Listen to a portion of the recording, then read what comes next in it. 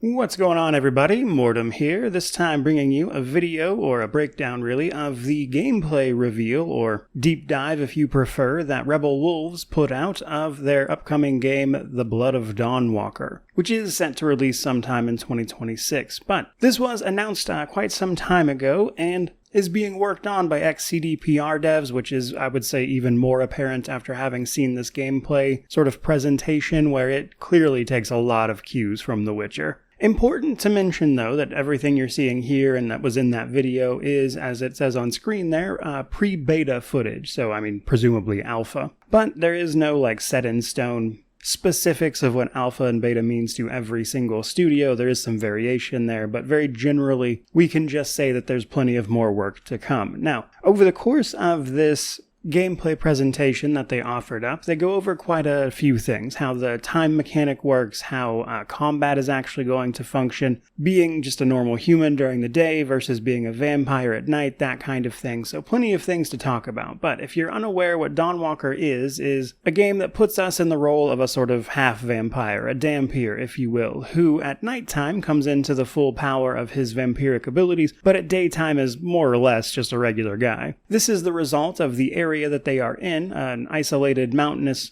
community known as Vale Sangoria, I think it is, being assaulted by vampires using the strife of the time in order to effectively rule this community, transforming their religion into one that worships and accepts their role as essentially cattle to these vampires. Our character would obviously like to do something about that, which is of course the bulk of what is going on. Now, this takes place over roughly a month of game time, meaning that we have about 30 days in order to effect some change here, which brings me to one of the main things I wanted to mention. We did kind of already know this, but I'm just explaining it in detail here so people are aware of it, because I'm a little bit on the fence about it myself, and it is going to be a core game mechanic. Basically, time is passing, but only when you do quests. In fact, to use the developer's own words, it's more about using time as a resource than it is a literal clock. When you take on quests and the like, time will advance, but otherwise you're free to explore and decide what to do at your leisure. And the hope there is that this results in a unique experience for basically everyone, because there are multiple paths through this, as you only really have the one big goal,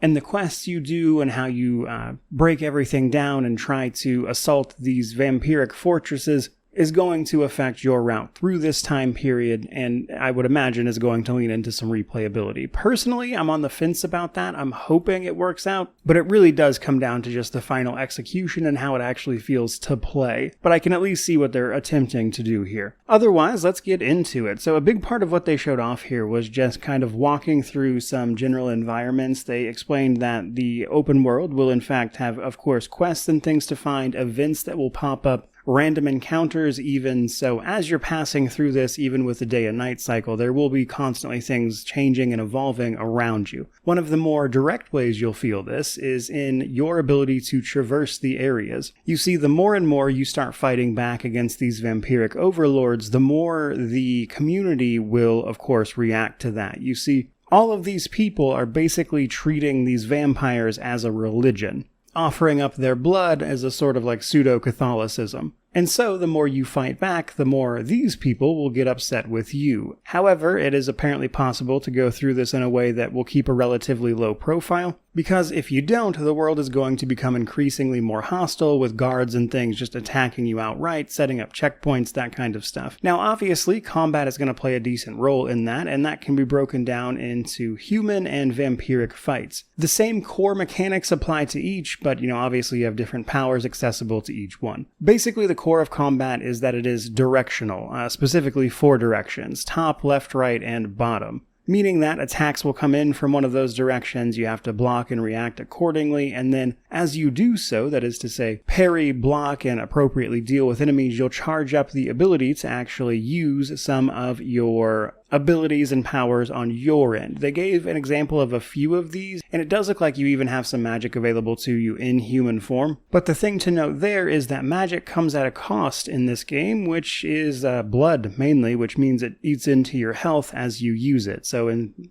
typical vampiric fashion, you're kind of always a blood mage, as it would seem. They did go on to explain a little bit of that, showing off the level up menu, things like that. As you level up and progression coming down to things like gear, etc., that you'll find from enemies and things that drop it, but also via leveling up, which will give you things like perk points to spend on one of your skill trees. It looks like these are going to be broken down into human, vampire, and a shared skill tree, alongside what kind of seems like a fourth one, but they called it out as separate, which was a tree that would give you different abilities to be able to utilize. Now, your vampire form at nighttime, of course, gives you different methods of traversal, being able to basically teleport in a sort of cloud of smoke across certain distances, being able to just straight up walk across walls, your overall heightened senses. And that, of course, even translates a bit to combat, with you having access to claws as weapons, though you can apparently also still use swords and the like. But another thing that was really interesting to me about that is how they're handling the hunger mechanic. You'll start every single night as being hungry, which effectively, as a vampire, means low health. So you'll have to feed in order to deal with that. This is also where they pointed out that because of the narrative nature of this game,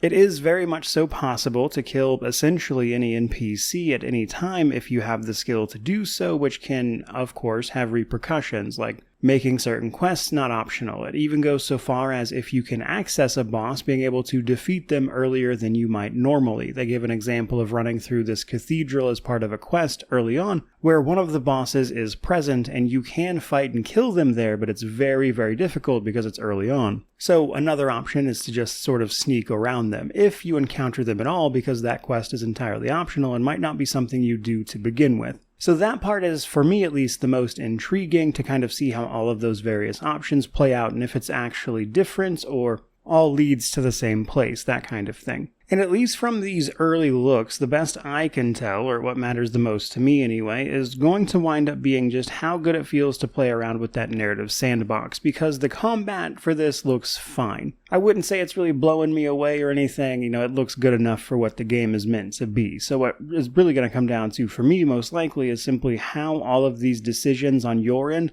come into play, and if they actually lead to unique circumstances and outcomes, or if it's mostly just set dressing. Either way, I'm intrigued to find out, which is obviously what I'm doing covering these updates to begin with. But for right now, I would say that's pretty much everything to know about this particular presentation, or at least hit all the major points anyway. So hopefully you enjoyed all that. If you did, by all means, like, comment, subscribe, all that YouTube jazz. I will obviously be covering this more in the future. But regardless of any of that, truly, just thank you so much for watching. I really do appreciate it. May you wander in wisdom and have an amazing day.